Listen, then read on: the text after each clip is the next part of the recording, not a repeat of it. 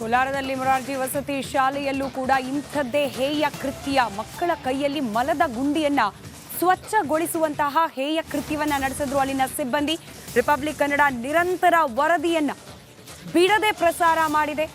ಇದರ ಇಂಪ್ಯಾಕ್ಟ್ ಕೇವಲ ಸಸ್ಪೆಂಡ್ ಅಲ್ಲ, ಅರೆಸ್ಟ್ ಆಗಿದ್ದಾರೆ ಸಿಬ್ಬಂದಿ. ಇದರ ಬೆನ್ನಲ್ಲೇ ಇದೀಗ ರಾಷ್ಟ್ರೀಯ ಮಟ್ಟದಲ್ಲಿ ರಿಪಬ್ಲಿಕ್ ಕನ್ನಡದ ಬಿಗ್ ಕವರೇಜ್ ಸಂಚಲನಕ್ಕೆ ಕಾರಣವಾಗಿದೆ. ರಿಪಬ್ಲಿಕ್ ಕನ್ನಡದ ಮೆಗಾ ಕವರೇಜ್ನಿಂದ ಇದೀಗ ಬೇರೆ ಬೇರೆ ಇಲಾಖೆಗಳ ಅಧಿಕಾರಿಗಳು ಸ್ಥಳಕ್ಕೆ ಆಗಮಿಸಿ ಪರಿಶೀಲನೆಯನ್ನ ನಡೆಸುತ್ತಿದ್ದಾರೆ.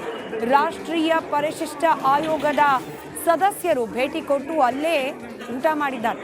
ಕ್ವಾಲಿಟಿ ಚೆಕ್ ಜೊತೆಗೆ ಮಕ್ಕಳ ವ್ಯವಸ್ಥೆ, ಮಕ್ಕಳಿಗೆ ಕೊಡ್ತಾ ಇರುವ ವ್ಯವಸ್ಥೆ ಹೇಗಿದೆ ಇದೆಲ್ಲದರ ಪರಿಶೀಲನೆಯನ್ನ ನಡೆಸಿದ್ದಾರೆ ಆಯೋಗದ ಸದಸ್ಯರು.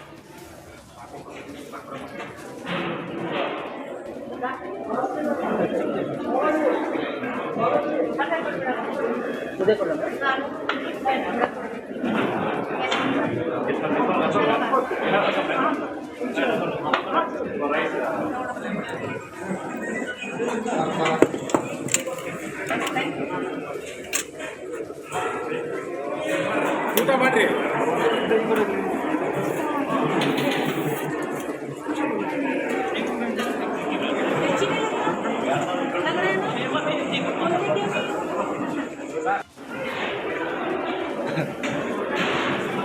Small.